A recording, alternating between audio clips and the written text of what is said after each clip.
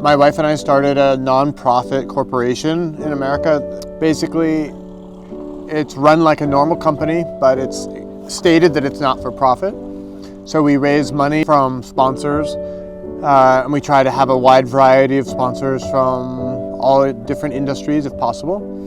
And our title sponsor for this 2-year project is Polar Tech, and then we have a bunch of other smaller sponsors. And we use that money to, so first there's the fundraising side, and then we use the money to pay for the expenses, the cost for mentors, older climbers like myself, but also other people, because I know so many people within this community. It might be somebody like Marco Prezo or Ines Papert or David Güttler or these really experienced climbers.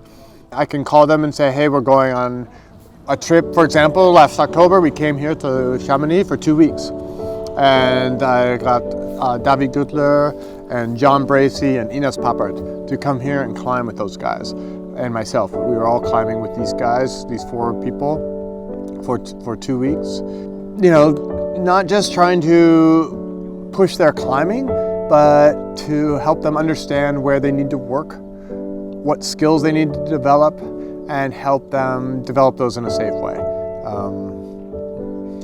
It's something that when I was 25, I would have just died to have, right? Like to access to somebody with 20, 30 years of experience in alpinism, to ask questions about and ask about routes and ask about, how to know, how do you know, given these conditions right now we have and the forecast, and where should I go? I mean, that's the first question, right? Like, what should I climb?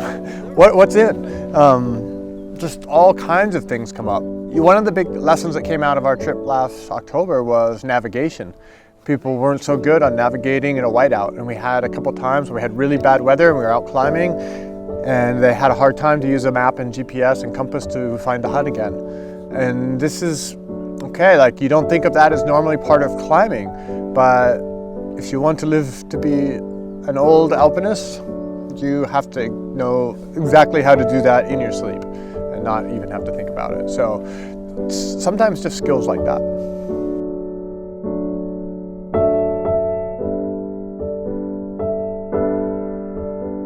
I had several really great mentors when I started climbing.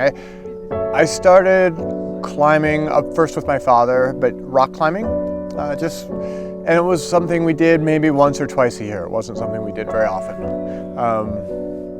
And then when I was a student in Slovenia, when I was 18, I had a couple of really great mentors. One in particular is a guy named Ljubo Hansel, who's a fantastic guy. He was the president of the Alpine Club Kozjak in Maribor, Slovenia, where I was living for that year. And he was really great in going climbing with me and letting me sort of learn at my own pace, and sort of helping guide my climbing and my choices as much as he could. I mean, he was working obviously all the time and had other responsibilities in his life, but he really helped me a lot. And not just in what he taught me, like in our conversations, but in his example. Looking back, I see he set a really good example for me, not just as an alpinist, but as a person. And he gave a lot back to his community. He was teaching a lot of beginners how to climb. He wasn't getting paid for that. He was just loved alpinism and wanted other people to also love it, and that was enough for him.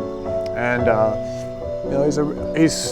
still in contact with him, and he was, I think, one of my most important mentors.